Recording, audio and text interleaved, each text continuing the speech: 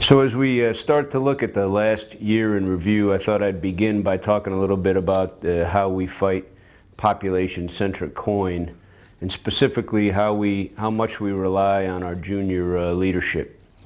You know, in order to execute population-centric coin, it's a requirement to be out there living amongst the population, and it forces us to spread our forces very, very thin. And in many cases, we've got squads out there that are operating independently, living amongst the population.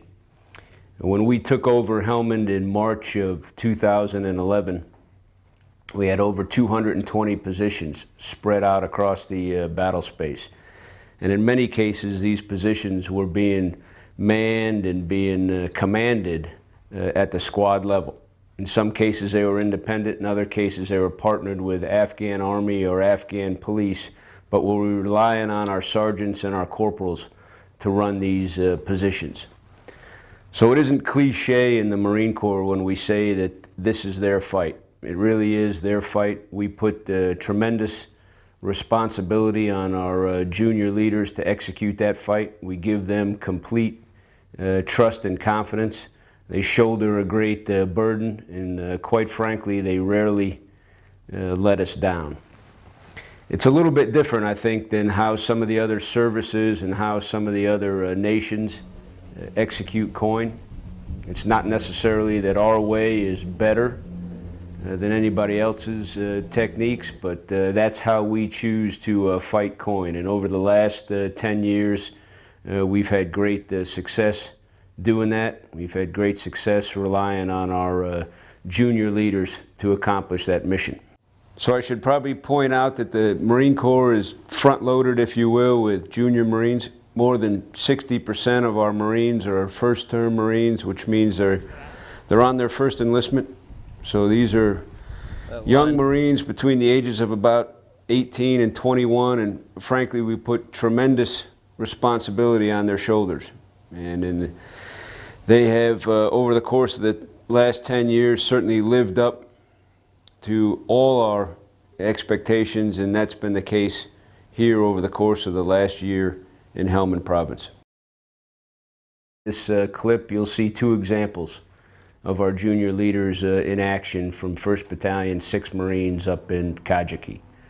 These Marines are on the front lines. There's nothing between their outposts and the enemy. And they're out there every day accomplishing the mission. In the video, you'll see Lance Corporal Brown, squad leader. A Lance Corporal as a squad leader on the front line. And I had an opportunity to patrol with Brown, and he's just one of the finest combat leaders we've got in our junior ranks. The squad trusted him. They looked up to him. You know, eventually he got combat meritoriously promoted to a corporal, but for the most part he was out there as a Lance Corporal leading the squad every day in combat. This AO that we're at right now is Paddock's Eye. It moves from Abraham's Village to Paddock's Eye, and that's where we're catching most of our contact. We're pushing 2-3 patrols a day, and even if it's your off day, you can expect to go out on QRF to bust your guys out of a bad situation. As a squad leader, you got to be able to take what you're getting from the radio and apply it out on the battlefield. Calm down. Basically controlled chaos, controlling chaos.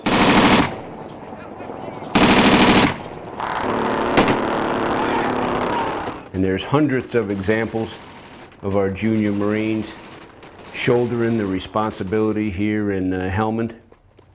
What has been most rewarding for me is having the opportunity to serve alongside. What's most impressive is watching the courage and the commitment. And I think it's important for us to understand that when we say that our junior Marines are shouldering the load of the coin fight, we really mean it.